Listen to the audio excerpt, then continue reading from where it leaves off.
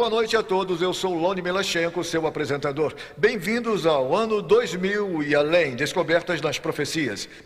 Hoje à noite quero fazer algo especial porque muitos de vocês se perguntam como isto funciona. Gostaria de levar você para um passeio turístico atrás dos bastidores, mas existe um mágico eletrônico que torna possível esta série.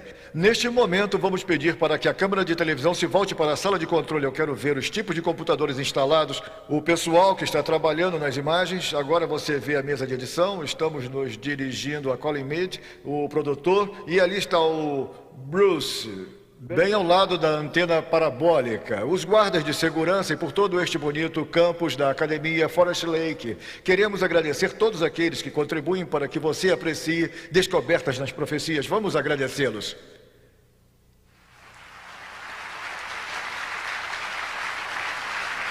E é claro, amigos, que estes milagres eletrônicos ficam melhores porque você está aqui. Até mesmo em Ohio. Bem-vindos hoje à noite. Nosso orador é Mark Finley, o diretor e o orador do programa internacional Está Escrito. Muitas pessoas admiram Mark Finley e sua habilidade de pregar noite após noite. Eu quero lhes dizer, senhoras e senhores, ele não está usando um teletexto, ele não está usando um texto, ele não está usando anotações. O monitor aqui na frente apenas mostra o que está na tela. Deus deu a Mark Finley o dom do evangelismo muito parecido com o do apóstolo Paulo. Estamos sendo abençoados noite após noite porque a sua mensagem vem do seu coração, da sua mente e da sua Bíblia. Hoje à noite ele irá partilhar um segredo financeiro que o mundo desconhece.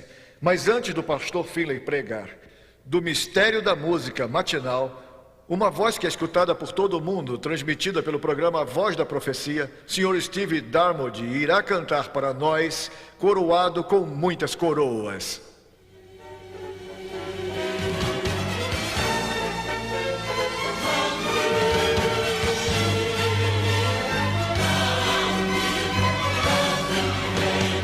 Crown him with many crowns, the Lamb upon his throne.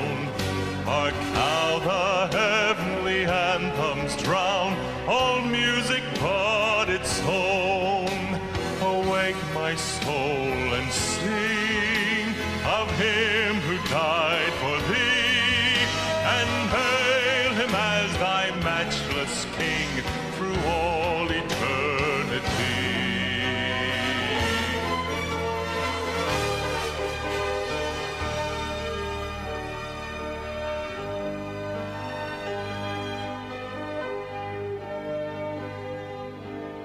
Crown him the Lord of love.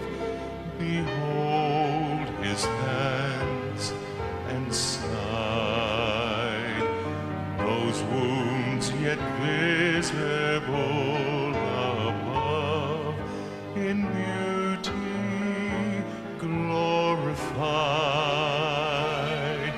No angel in the sky can fully bear that sight, but downward bends his wondering eye at mysteries so bright.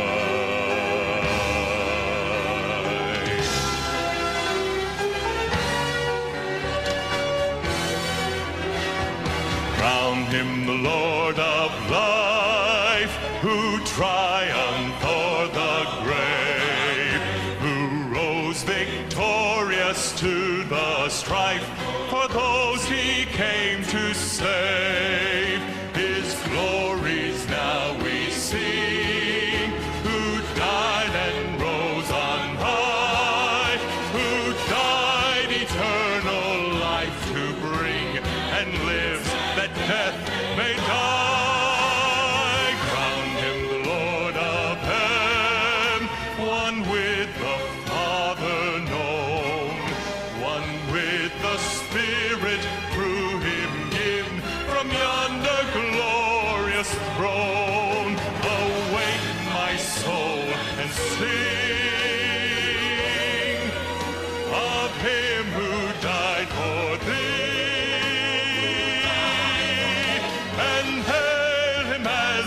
matchless King through all eternity.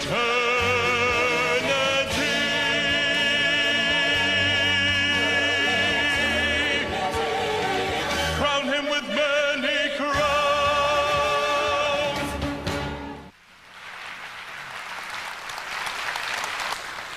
Esta última semana eu falei sobre alguns dos tópicos mais críticos do livro de Apocalipse.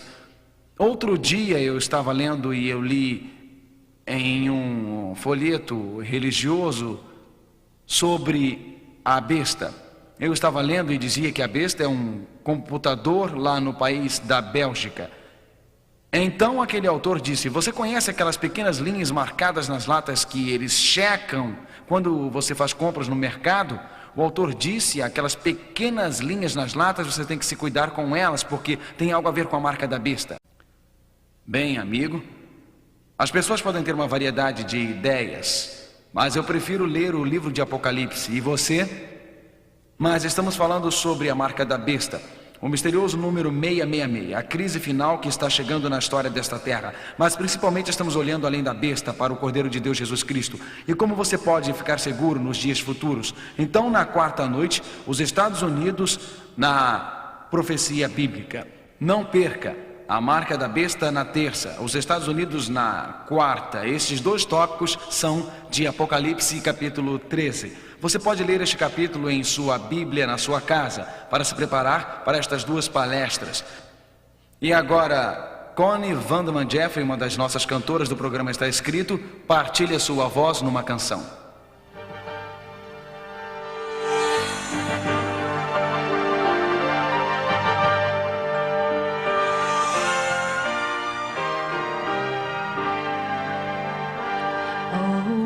Shall I see Jesus and reign with him above, and shall hear the trumpet sound in that morning, and from the flowing fountain drink everlasting love, and shall hear the trumpet sound in that morning.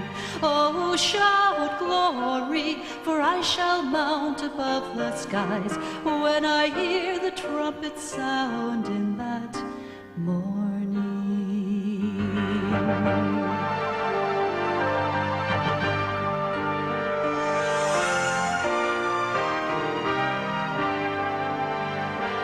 Gird on the gospel armor of faith and hope and love, and you'll hear the trumpet sound in that morning.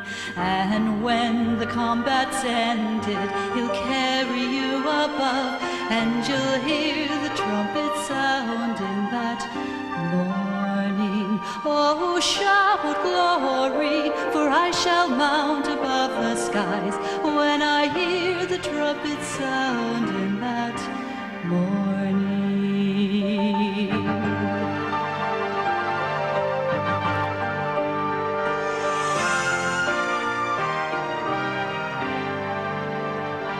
Our ears shall hear with transport the host of heaven sing, and shall hear the trumpet sound in that morning. Our tongue shall chant the glories of our immortal King, and shall hear the trumpet sound in that morning. Oh, shout glory, for I shall mount above the skies when I hear the trumpet sound in that morning. When I hear the trumpet sound in that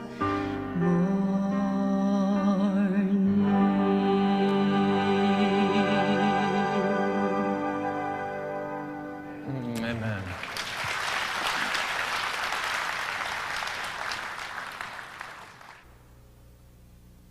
Hoje à noite, antes de abrirmos novamente a palavra de Deus, eu lhe convido a curvar sua cabeça e orar. Pai, não abriríamos a tua palavra sem curvar nossas cabeças e buscar a autoridade da palavra e o ministério do Espírito Santo para ajudar-nos a compreender que este encontro hoje à noite tenha consequências eternas em nossa vida, que possa ser noite de decisão para mais perto de Jesus. Em nome de Cristo, amém. O tópico desta noite é um segredo financeiro que o mundo desconhece. O plano financeiro mundial está se direcionando para sérias dívidas e falência. Uma olhada casual na economia mostra que a economia está em crise. Não só a economia dos Estados Unidos está em crise, mas a economia da maioria dos países do mundo ocidental está com algum problema sério.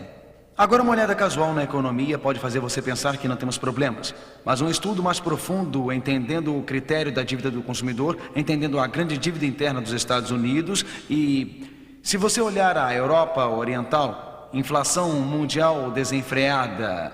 Eu recordo quando fui pela primeira vez à antiga União Soviética. A moeda do país é rublo. Eram 27 rublos para $1. Hoje, a inflação cresceu tanto, 5 anos depois, que é cerca de 5.000 rublos para $1. Na Romênia, por exemplo, 5 anos atrás era 80 a 100 reais por $1. Hoje é 4.500 a 5.000 reais por $1. Você sabe que na República Siberiana são 27.000 dinares para $1. Você quase tem que andar com um carrinho de mão quando a inflação se torna desenfreada. Mesmo em países como a Alemanha Ocidental, antes existia muito pouco desemprego, mas hoje, com a união da Alemanha, a taxa de desemprego é cerca de 10% na Alemanha Ocidental e a taxa de desemprego na Alemanha Oriental chega a quase 20%. A economia mundial está realmente com problemas. Você olha, por exemplo, o fator inflacionário nos Estados Unidos, de 1960 a 1990. O fator inflacionário na América é o que chamamos de 4. Isso significa que os bens em custo médio são hoje 4 vezes mais caros do que eram em 1960. O seu salário subiu 4 vezes ou 400% nos últimos 30 anos. Isto significa que hoje você tem menos dinheiro para comprar as coisas. A economia se tornou o principal assunto político. Se você olhar a campanha política dos Estados Unidos neste momento, ou a campanha política da maioria dos países, um dos assuntos principais, com certeza, é a economia. Agora, se você pensa que a economia americana é muito boa, olha alguns números da dívida interna dos Estados Unidos em 1900. A dívida interna dos Estados Unidos era 1,2 bilhões. Isto significa que se cada pessoa pagasse $16, conseguiríamos liquidar a dívida. Em 1925, ela subiu para 20 bilhões. Em 1950, subiu para 256 bilhões. Em 75, 533 bilhões. Em outras palavras, em 75, se cada pessoa nos Estados Unidos pagasse $2.500, poderíamos ter liquidado a dívida. Olha o que aconteceu de 75 para 94. Nossa dívida interna em 1994 está acima de 4,6 trilhões. Eu sei que estamos em 96, mas estes são os números disponíveis mais recentes. Em 94, a dívida era de 4,6 trilhões. Isso significa que, porque o governo não tem nenhuma outra maneira de conseguir dinheiro, a não ser aumentando os impostos ou tirando de você, que se tivéssemos de pagar nossa dívida interna hoje à noite, isto significa que cada pessoa nos Estados Unidos teria de pagar $17.800. Significa que se você tem uma família de 5, você não sabia, mas está cerca de $75.000 a $80.000 endividado. Alguém disse, pastor Mark, eu vim aqui para ser encorajado, vou sair hoje à noite pensando que era financeiramente solvente. Você está enviando minha família para a casa de $75.000 a $80.000 endividada? Os juros pagos na nossa dívida interna são cerca de 20% de tudo que pagamos como uma nação.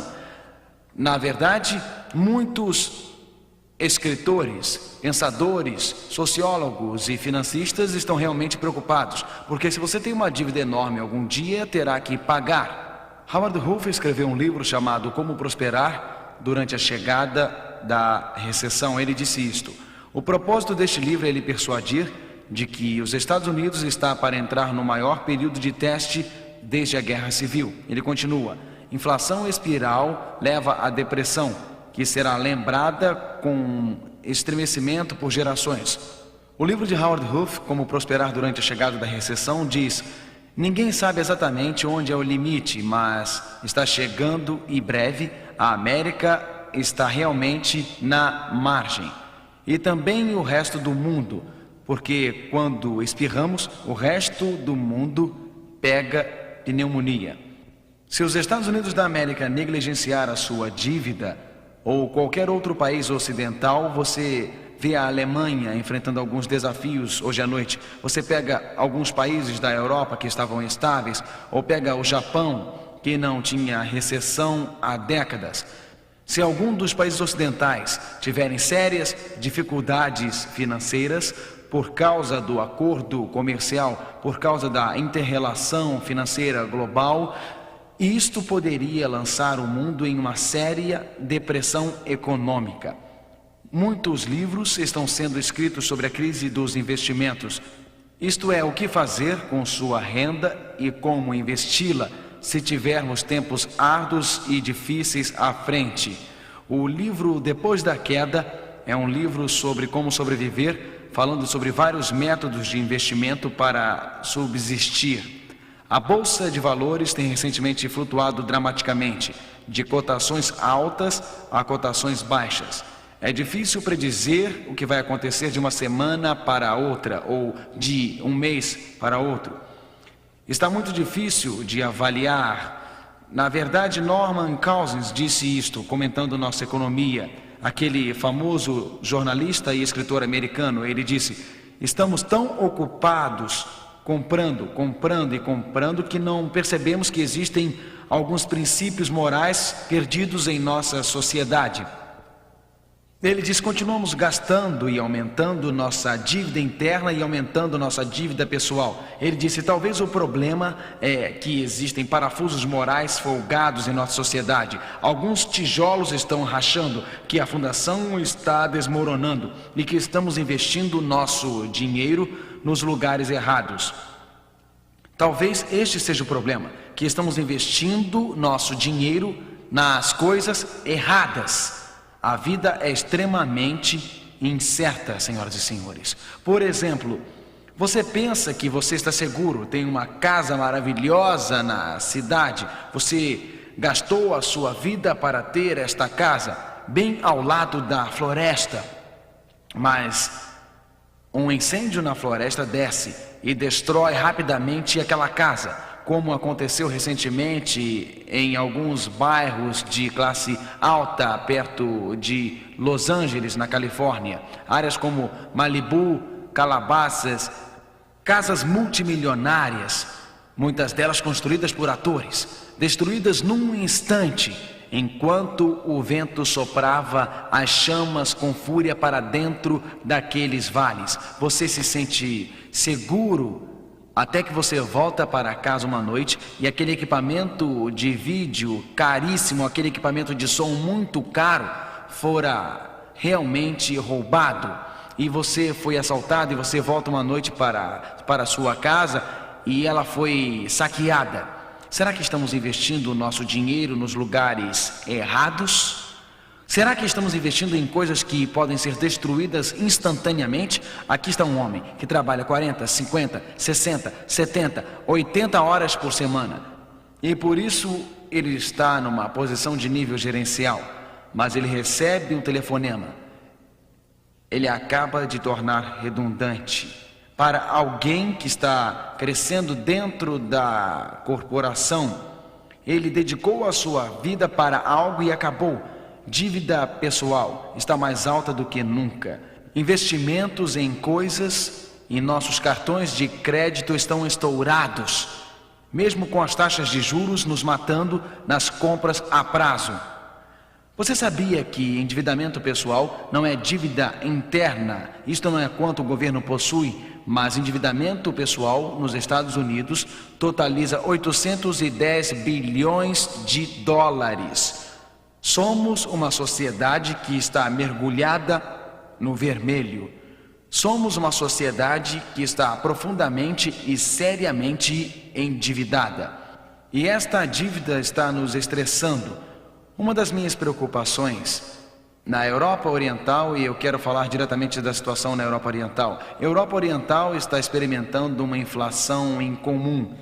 A liberdade trouxe para dentro da Europa Oriental o desejo pelos valores ocidentais, bens ocidentais e materialismo ocidental. Um dos maiores perigos que a Europa Oriental enfrenta hoje é aquela busca espiritual, quando o comunismo foi dominado pela democracia. Aquela busca espiritual será substituída pela busca por bens materiais. Então apelo à Europa Oriental hoje à noite: não siga o caminho do Ocidente, que é a falência espiritual e moral. Existe algo sobre o consumo de bens que não encontra as necessidades da alma. Existe algo sobre os valores materiais que não satisfaz o coração e a alma. Olhe com atenção para o estresse que a procura desses valores trouxe. Apocalipse, o último livro da Bíblia, escrito para a última geração de homens e mulheres a viverem no planeta Terra, fala da economia em nossos dias. O que a Bíblia diz sobre a economia? Vamos para o livro de Apocalipse, capítulo 18. É o fruto do desejo da tua alma, foi-se de ti, e todas as coisas gostosas e excelentes se foram de ti, e não mais as acharás. Apocalipse, capítulo 18, prediz o maior colapso econômico da história. Não é uma nação em depressão, mas um colapso econômico mundial. E se você está se agarrando a ninharias, se sentindo seguro porque você tem dinheiro no banco, escute Apocalipse capítulo 18, versos 14 a 17. Os mercadores destas coisas, que com elas se enriqueceram, estarão de longe pelo temor do seu tormento, chorando e lamentando, porque numa hora, rapidamente, subitamente, certamente, foram assoladas tantas riquezas. As riquezas foram assoladas, inflação abrupta, o alicerce econômico desmorona. Se a sua segurança é o dinheiro, você está se agarrando à coisa errada. Se a sua segurança é o materialismo, você está se agarrando à coisa errada. Não existe segurança exceto em Jesus Cristo. Não existe segurança exceto nos princípios bíblicos. Podemos encontrar abrigo na palavra do Deus vivo. Deus nos dá instruções claras sobre os últimos dias. Ele diz que existirá uma crise financeira nos últimos dias. Eis, pois, agora, vós ricos, chorai e pranteai por vossas misérias, que sobre vós hão de vir. As vossas riquezas estão apodrecidas, e os vossos vestidos estão comidos da traça. O vosso ouro e a vossa prata se enferrujaram, e a sua ferrugem dará testemunho contra vós. E comerá como fogo a vossa carne, entesourastes para os últimos dias. Tiago 5, versos 1 a 3. Você percebeu a clareza da passagem? Uma desvalorização rápida da moeda.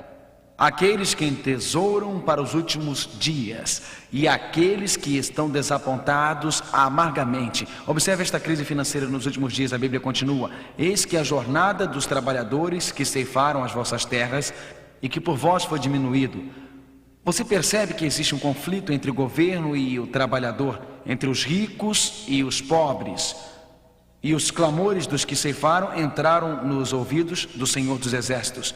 Deliciosamente viveste sobre a terra e vos deleitastes.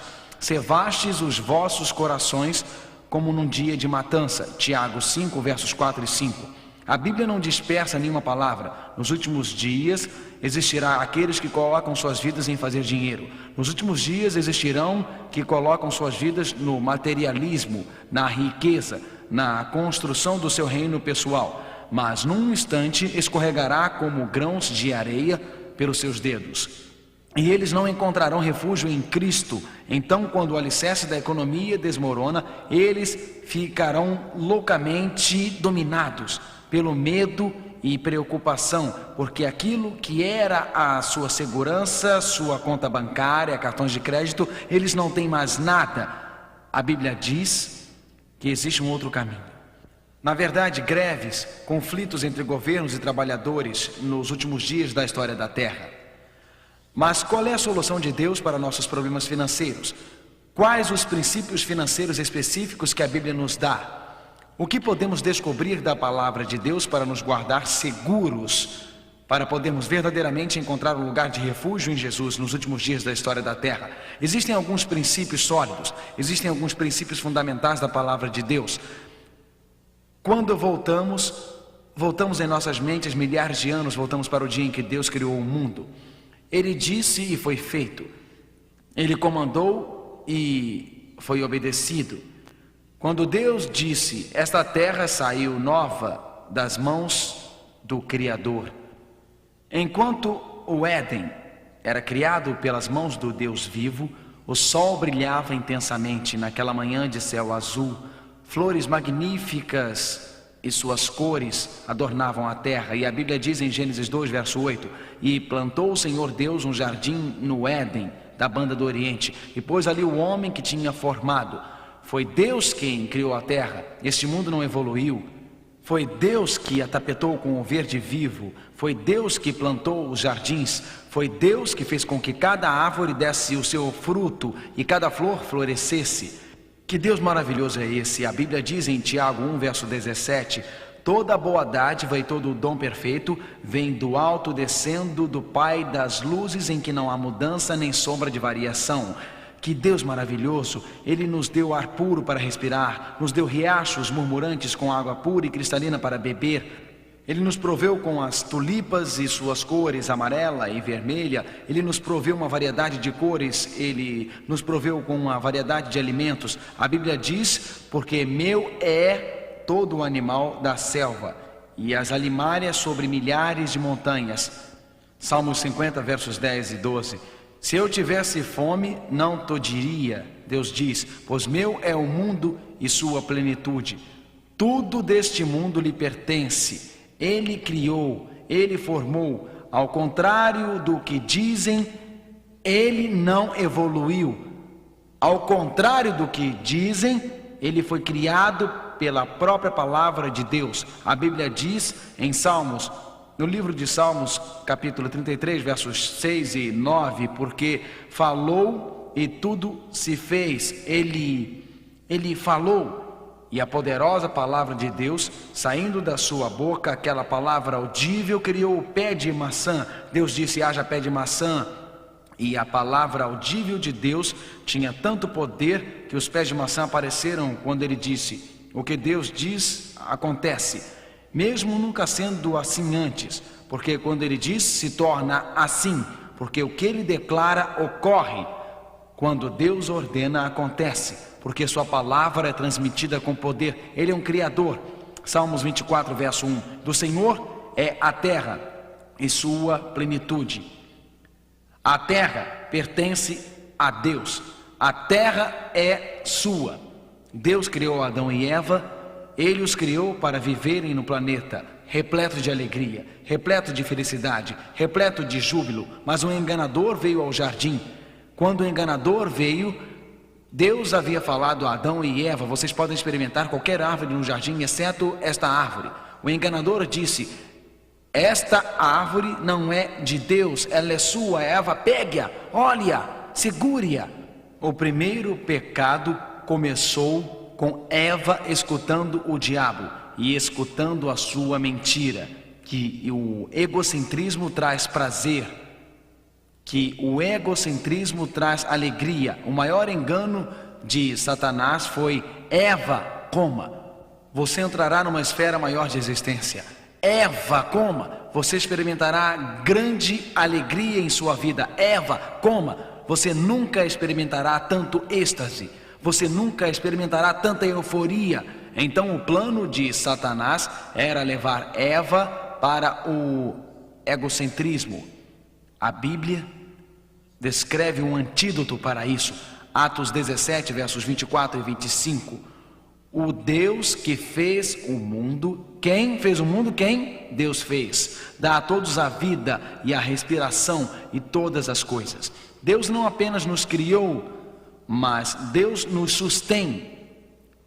Deus não somente nos formou, mas Deus mantém cada coração batendo. Meu coração não bate por algum ritmo natural, Deus o mantém batendo. E cada vez que eu respiro, eu não sou como um relógio que Deus dá a corda. Deus faz meu coração bater, Deus me faz respirar. Aqui está o princípio financeiro número 1 na economia de Deus. Eu vou lhes dar o princípio da economia de Deus. Aqui estão eles. Número 1. Visto que Deus me criou e sustém minha vida, tudo o que eu tenho é realmente dele. Veja só, você pediu para existir? E se você fosse nada? E se você fosse um mosquito? Voando num pé de maçã e alguma coisa te morde? Agora não me interprete mal e diga que isto é reencarnação. Eu não estou falando nada disso e você sabe. Mas se você não existisse, ok? Se você nunca existisse, você não se autocriou, porque você está aqui. E se você fosse nada, um zero no imenso universo, foi a vontade de Deus que trouxe você à existência. Você foi concebido na mente de Deus antes de ser concebido no útero de sua mãe. A Bíblia diz: visto que Deus me criou, aqui está um princípio bíblico, e sustém minha vida, tudo o que eu tenho é na verdade dele. Tudo o que eu possuo é na verdade dele. Deus me criou, Deus criou o mundo, e Deus me dá toda a habilidade para fazer a riqueza que eu tenho. Deuteronômio 8, verso 18. Antes te lembrarás do Senhor teu Deus, que Ele é o que te dá força para adquirires poder. Deus me criou, Deus sustém minha vida, Deus abriu portas de oportunidade para empregos para mim. Tudo o que eu tenho financeiramente vem das mãos de um Criador amoroso que quer me prover, que suprirá todas as minhas necessidades, e Deus que me dá o poder e oportunidade de ficar rico. Por todo o Velho Testamento, os heróis de Deus do Velho Testamento reconhecem que este é um caminho interessante. O profeta Ageu, no capítulo 2, verso 8, diz, leiam comigo: minha é a prata e meu é o ouro, disse o Senhor dos Exércitos. Em outras palavras, Deus criou, Deus sustém nossa vida e Deus nos dá a habilidade de enriquecer. Abraão compreendeu que ele foi criado por Deus, que sua vida era sustentada por Deus e que tudo que possuía e qualquer vitória de seu exército vieram como resultado de um presente de Deus. Quando Abraão atacava os exércitos inimigos e quando eles eram derrotados, Abraão trazia de volta alguns presos e os dividia. Na verdade, a Bíblia diz que Abraão veio a Melquisedeque, o sacerdote. Vamos ler em Gênesis 14, versos 19 e 20. Bendito seja Abraão do Deus Altíssimo, o possuidor dos céus e da terra. Note que Abraão reconhece que Deus é o Criador, o possuidor do céu e da terra. E bendito seja o Deus Altíssimo, que entregou os teus inimigos nas tuas mãos. E Abraão deu-lhe Melquisedeque o dízimo de tudo. O princípio do dízimo foi estabelecido no começo do período bíblico. Ele foi estabelecido voltando aos dias de Abraão. Abraão separou o dízimo. A palavra dízimo significa 10%, como reconhecimento que Deus me criou, como reconhecimento que Deus sustém minha vida, como reconhecimento que tudo que eu tenho é de Deus. Ele fez a separação. Vamos para... E Abraão trouxe isto para Melquisedeque, o sacerdote, para ser usado para o trabalho de Deus. Dando o dízimo, Abraão reconhecia a bondade de Deus. Ele reconhecia as bênçãos de Deus na sua vida. Jacó, você se lembra dele fugindo depois de enganar o seu pai? Chegou uma hora em sua vida que ele também disse a Deus: eu reconheço tua bondade.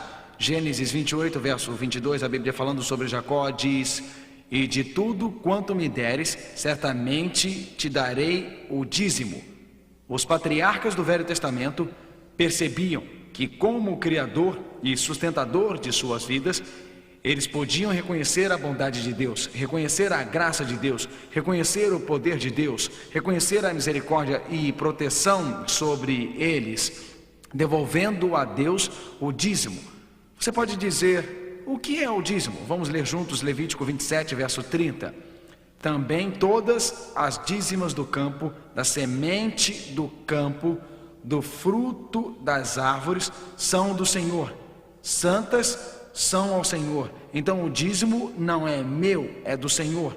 Na verdade, tudo o que eu tenho é de Deus. Mas quando eu devolvo a ele o dízimo que ele falou para separar como santo, perceba que a Bíblia diz que são santas ao Senhor. Quando eu devolvo o dízimo de 10% do meu rendimento, ele é santo ao Senhor. Eu reconheço sua bondade, seu poder, sua autoridade criadora. Segundo o princípio econômico de Deus, a dizimação demonstra nossa fé profunda, que Deus é o Criador e o sustentador da vida. Quando sou fiel no dízimo, reconheço quem Deus é em minha vida. Malaquias fez esta pergunta, Malaquias 3, verso 8: roubará o homem a Deus? Você poderia pensar que uma pessoa teria de ser má se recolhêssemos oferta hoje à noite. Não vamos fazer isto hoje porque já fizemos no sábado à noite. Se fizéssemos, você pensaria que a pessoa era um mau caráter? Se quando as salvas da oferta passassem, em vez de colocar, ela tirasse 50 ou 100 dólares ou 200. Eu recordo uma vez estávamos numa grande cidade tendo conferência. Naquela cidade em particular, alguns marginais vieram à palestra e quiseram seguir um de nossos diáconos até a porta para roubá-lo. Eu fiquei agradecido que o diácono era bem grande, mas os seus anjos eram maiores. Ele virou e eles correram rua abaixo rapidamente. Você tem que tomar cuidado com os seus diáconos, porque todos eles têm anjos da guarda. Bom, veja que você pensaria mal de uma pessoa que roubasse as ofertas. A Bíblia diz: roubarás o homem a Deus? Então os israelitas perguntaram, Malaquias 3, verso 8: em que te roubamos? Mas você diz: de que forma? E Deus diz: nos dízimos e nas ofertas alcançadas. Note que Deus faz uma distinção entre dízimo e oferta. Dízimo, de acordo com a Bíblia, é santo ao Senhor. 10% que reconhecemos Deus como dono de tudo que temos. Ofertas são de boa vontade, que desejamos dar ao Senhor. Observe a promessa. A Bíblia diz: trazei todos os dízimos à casa do tesouro. Em outras palavras, não guarde em casa, trazei para minha casa, diz o Senhor, para que haja mantimentos na minha casa. E depois fazei prova de mim, diz o Senhor dos Exércitos. Deus diz: me teste ou me prove. Ele diz: se eu não vos abrir as janelas do céu e não derramar sobre vós uma bênção tal, que dela vos advenha a maior abastança. Malaquias 3, verso 10. Alguém disse: mas pastor Finley, eu não tenho condição de dar o dízimo a Deus. Quanto pior for a sua condição financeira, mais você precisa dizimar. Porque a Bíblia diz que quando devolvemos o dízimo, a porção santa a Deus, Ele abrirá as janelas do céu e derramará tal promessa. Ele diz: experimente. Ele diz: vinde a mim. Ele diz: me teste. Veja, Levíticos 27, verso 30, todas as dízimas do campo santas são ao Senhor. O dízimo é separado, é dinheiro santo. Eu não posso colocar minhas mãos humanas no dinheiro santo de Deus. E quanto pior eu estiver, mais eu devo desejar. Quanto mais dívidas eu tenho, seguir o plano econômico de Deus e assistir Deus fazer milagres. William Colgate, do grande Colgate Palmolive, ele começou um negócio e disse: Deus, eu tenho que ser fiel a ti, e começar a dizimar. Deus o abençoou. John D. Rockefeller, conhecido como dizimista, Henry John Heinz, do ketchup Heinz, começou dando dízimo. A história de James Cash Penney é uma história surpreendente. Ele começou um negócio. Quando o negócio começou, seu negócio estava indo mal. Ele teve um colapso físico. Ele ficou num sanatório recuperando a sua saúde.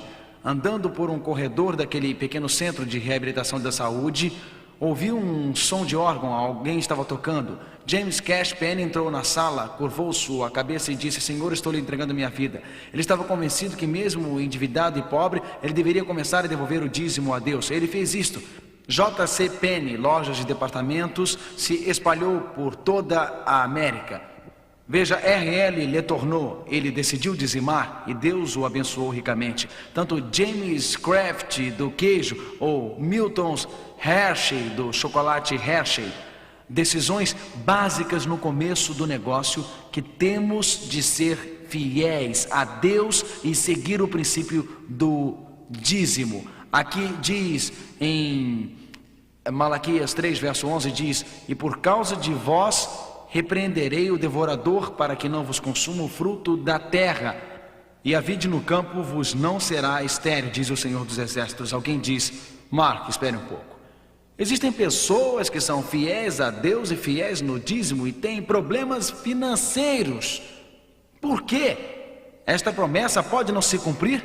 Você leu a história sobre João, o fazendeiro, lá do Centro-Oeste? História verdadeira? Você sabe que é verdade, senão eu não contaria. Gafanhotos, vindos do Centro-Oeste pelos campos de Nebraska e Kansas, os gafanhotos vieram e comeram toda a folha de trigo e grama na primeira fazenda. Foram para a segunda fazenda e comeram toda a folha de trigo e grama na segunda fazenda. E na terceira fazenda eles destruíram toda a área. Terrível prejuízo pelos gafanhotos. Estes gafanhotos atacavam a colheita.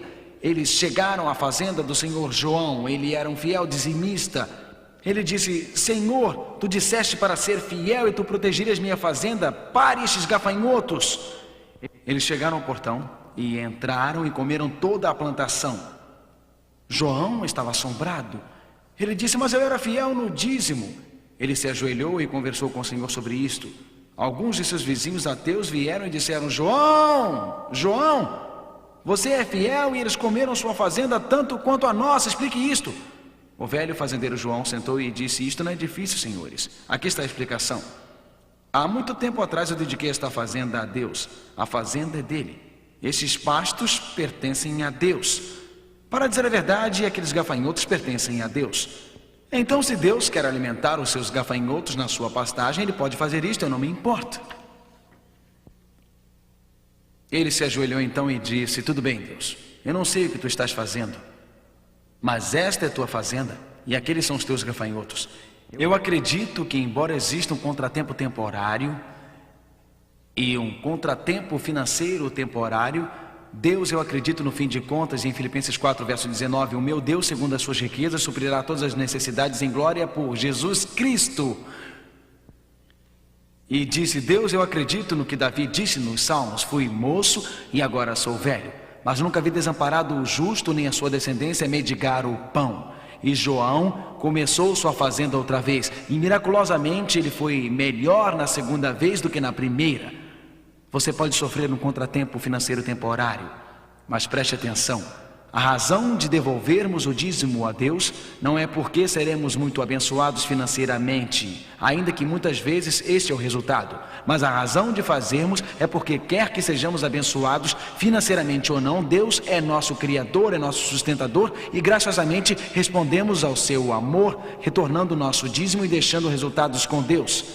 E mesmo que exista contratempos financeiros temporários, Deus faz o que é devido no fim de contas. Podemos confiar seguramente nele. Provérbios 3, verso 9 e 10, que promessa: honra o Senhor com a tua fazenda e com as primícias de toda a tua renda, e se encherão os teus celeiros abundantemente, e transbordarão de mosto os teus lugares. Que promessa! Eu confio em Deus, amigo. Honra ao Senhor com a tua fazenda, com as primícias de toda a tua renda, e se encherão os teus celeiros abundantemente, e transbordarão de mosto os teus lugares. O próprio Deus diz isto. O terceiro princípio econômico de Deus, dando com o motivo certo, abre nossos corações para receber bênçãos espirituais e materiais de Deus. Isto é um princípio econômico. Se você abre o seu coração a Deus e você dá sem querer nada em retorno, mas se você é fiel em separar 10%, isto abre o seu coração para receber bênçãos espirituais, porque egocentrismo é o centro do pecado no universo, e abre o seu coração para receber bênçãos materiais de Deus. Eu recordo que eu estava na igreja um dia e tinha falado sobre o dízimo. O princípio de abrir o seu coração a Deus. E um homem veio falar comigo, dava para ver que ele estava nervoso. As veias no seu pescoço estavam alteradas, altas, isto é, a fumaça saindo do seu nariz, o rosto vermelho. Não tinha fumaça saindo do nariz, mas quase, ele estava realmente nervoso. Ele veio ao meu escritório e tirou do seu bolso uma folha de contas como esta, E ele disse: pastor, você acabou de falar sobre o dízimo. Ele disse: eu tenho esta conta, e continuava tirando contas, um total de $280 em contas. Então disse: aqui está meu salário, isso foi algum tempo atrás, é $250 por semana. Agora, pastor, você me diga, como eu vou pagar minhas contas de 280 por semana e ser fiel a Deus e ao dízimo e tirar o dízimo de um cheque de $250? Pastor, você me diga como fazer isto. Eu disse: bem, João, existe uma coisa que está óbvia. Você está $30 no vermelho toda semana, não é? Ele disse: é, pastor, eu estou $30 no vermelho, me diga como fazer. Eu disse: eu tenho uma pergunta. E eu digo: mas eu tenho uma pergunta. Os seus métodos de economia estão lhe tirando das dívidas? Ele balançou a cabeça: sabe que não, pastor, você viu as contas, você está cheio de dívidas, seguindo o seu caminho, porque você não experimenta o caminho de Deus e vê se melhora. E ele disse: pastor, você respondeu minha pergunta. Deus realmente diz: seja fiel no dízimo quando buscamos primeiro a Deus. Ele nos concede bênçãos extraordinárias, mas o dízimo deve ser devolvido com o motivo certo. Na verdade, você recorda que Jesus falou também sobre o dízimo. Ele disse: ai de vós, escribas e fariseus hipócritas, porque dizimais a hortelã, o endro e o cominho, pequenas ervas, e desprezai o mais importante da lei, o juízo, a misericórdia e a fé. Deveis, porém, fazer estas coisas e não omitir aquelas. Mateus 23, verso 23. Aqui está o endossamento do dízimo no Novo Testamento. Jesus diz: deveis, porém, fazer estas coisas. Então Jesus diz: e não omitir aquelas. Em outras palavras, tenha um coração cheio de misericórdia, de graça, de amor a Deus e seja fiel no seu dízimo. Jesus disse: misericórdia e fé e compromisso são a essência da vida cristã. Mas ele disse: quando você tem esta misericórdia e graça, elas te levarão a reconhecer Deus como Criador, através da fidelidade ao princípio do dízimo. Esta é a economia de Deus. Quarto princípio: a doação nos capacita a ter uma satisfação mais profunda do avanço da obra de Deus. Você sabe, quando somos fiéis e trazemos os dízimos para Deus, e quando isto ocorre, o dízimo é separado especificamente para a pregação do Evangelho. Quando damos nosso dízimo a Deus e devolvemos a porção santa a Ele, quando somos fiéis separando o dízimo e fazemos aquele cheque, Deus o abençoa imensamente. Ele vai ao redor do mundo pregando o Evangelho e escutamos as histórias vindo de vários países do mundo. Somos parte disto. É uma família mundial e juntos participamos com Deus, e Deus dá a oportunidade de participarmos. Toda vez que minha esposa e eu recebemos nosso salário cada mês e separamos primeiro os 10%, ficamos contentes de saber que estamos ajudando o Evangelho chegar até a África, ajudando a ir por toda a América do Sul e Central, estamos ajudando a ir à Europa, estamos ajudando a ir aos antigos países comunistas, que estamos participando juntos com Cristo neste movimento final. Esta é a economia de Deus. A economia de Deus irá investir seu coração em outra coisa. A economia de Deus é quem tem seu coração. Quinto princípio, a economia de Deus: não existe motivação maior para dar do que a cruz. Como posso me esconder de Deus? Deus me criou, Deus me redimiu, Deus sustém minha vida e Ele deu Jesus Cristo na cruz. Se deu Jesus com pregos em suas mãos, com uma coroa de espinhos sobre sua cabeça, se Deus deu o melhor presente celestial, como posso omitir alguma coisa? Como posso esconder alguma coisa dele? Os princípios econômicos de Deus são claros. A cruz diz: dê o seu melhor para mim. Sexto princípio: sacrificando-se pela causa de Deus, nos ensina uma profunda lição da verdade. Perceba que quando devolvo fielmente meu dízimo a Deus, quando não tenho o suficiente e digo: Deus, parece que eu não vou conseguir este mês, Quando busco o primeiro, Mateus 6, verso 33, a Bíblia diz: mas buscai primeiro o reino de Deus e a sua justiça, e todas estas coisas vos serão acrescentadas. Eu não tenho o suficiente, estamos economicamente mal, não sabemos como iremos pagar as contas, mas dizemos: Deus, vou ser fiel no dízimo. O que acontece? Fé não é fé a não ser que seja fé, e fé nunca é fé se for uma visão, e visão e fé são duas coisas muito diferentes. Quando eu sou fiel a Deus no dízimo e fico de joelhos e digo: não sei o que vai acontecer, mas tu me convidaste a separar 10% da minha renda, meu aumento para teu reino e tua causa.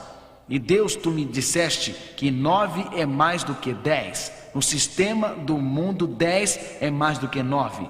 No sistema de Deus, 9 é mais do que 10. 90% com Deus irá mais longe do que 100% sem Deus. É preciso fé, amigo. É preciso fé.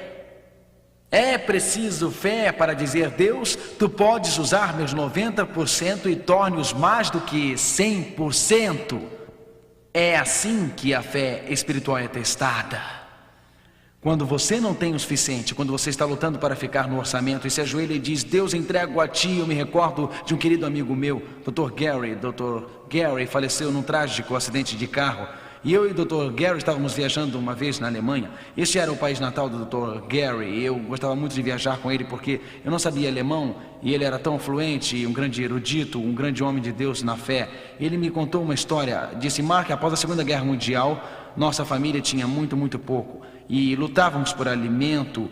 Eu e meu irmão Kurt e meus pais, ele disse, meus pais realmente acreditavam na oração. Eles foram fiéis por toda a vida, devolvendo a Deus o dízimo.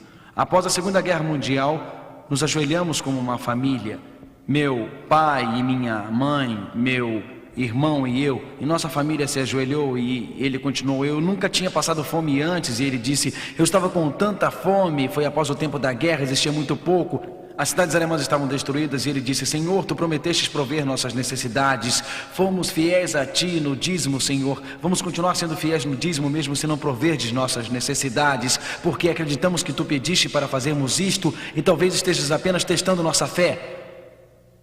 Ele disse: após orarmos, eles se levantaram e foram à porta, e uma senhora que eles não conheciam, andando na rua com um pacote de compras, disse: eu fui pressionado a trazer esse pacote de compras para vocês.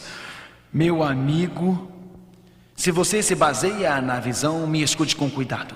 Você nega a Deus a oportunidade de fazer um milagre em sua vida. Você restringe e impede Deus de fazer milagres. Se você se baseia na fé e vive em harmonia com os princípios bíblicos, você permite que Deus faça um milagre em sua vida. Então aqui está a economia de Deus. A questão principal é: onde estão os seus sentimentos? Deus não precisa do nosso dinheiro, Deus quer nosso coração, mas Ele nos testa para ver onde nossos sentimentos estão. Você lembra? Jesus disse: pois que aproveita o homem ganhar o mundo inteiro se perder a sua alma? Ou que dará o homem em recompensa da sua alma? Mateus 16, verso 26. Aqui está a questão: onde está a sua alma? Aqui está a questão: quem tem o teu coração? Aqui está a questão: quem domina a sua mente? Aqui está a questão: onde estão os seus sentimentos? Você se lembra da história do homem que disse: e direi à minha alma: alma, tens em depósito muitos bens para muitos anos, descansa, come, bebe e folga. Mas Deus lhe disse: louco, esta noite te pedirão a tua alma, e o que tens preparado para quem será? Lucas 12, versos 19 e 20. Louco, esta noite te pedirão a tua alma. Esta noite sua vida terminará. Esta noite você morrerá. Coloque sua vida em algo que irá durar. Coloque sua vida em alguma coisa importante. Coloque sua vida em alguma coisa que seja resistível. Existem dois caminhos. Um caminho é o caminho de aproveitar ao máximo a vida, tentando fazer o máximo de dinheiro. Procure e experimente tudo o que puder para lhe fazer feliz. Este é um estilo de vida. É um estilo de vida ganancioso, um estilo de vida tentando obter êxito, e algumas pessoas são levadas, elas são motivadas, e isto se torna o centro de suas vidas. Existe outro estilo de vida. Deus, tu me criastes. Deus, tu me sustentas. Deus, tu enviaste Jesus Cristo para morrer na cruz por mim. Deus, tudo que eu tenho, meus bens materiais são teus. Eu reconheço isto semanalmente ou mensalmente, devolvendo a ti o dízimo. Deus, eu quero que saibas que os sentimentos do meu coração são todos teus. Enquanto curvamos nossas cabeças para orar, você gostaria de dizer: Jesus, os sentimentos do meu coração lhe pertencem. Jesus, eu te entrego minha vida, minha alma, tudo, Senhor. Eu tenho perseguido o materialismo. Não encontrei satisfação. Perseguindo um coelho que não agarrarei. Mas, Senhor, na crise de Apocalipse, quando a economia se desintegra, eu quero me refugiar em Jesus. Na crise de Apocalipse, quando a economia se desintegra, eu quero estar seguindo a Jesus.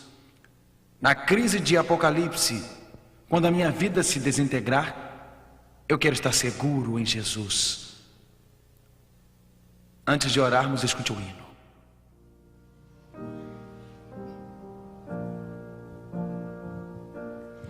My Jesus, I love thee. I know thou art mine. For thee all the follies of